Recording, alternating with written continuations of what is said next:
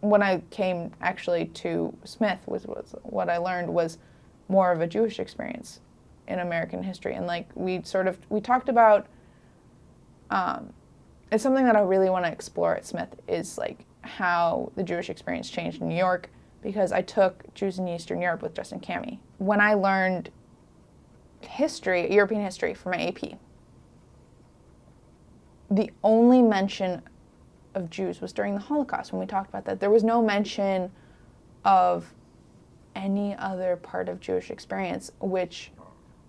not knowing anything previous to that, prior to like going to a bat mitzvah or learning, reading the Bible, etc., like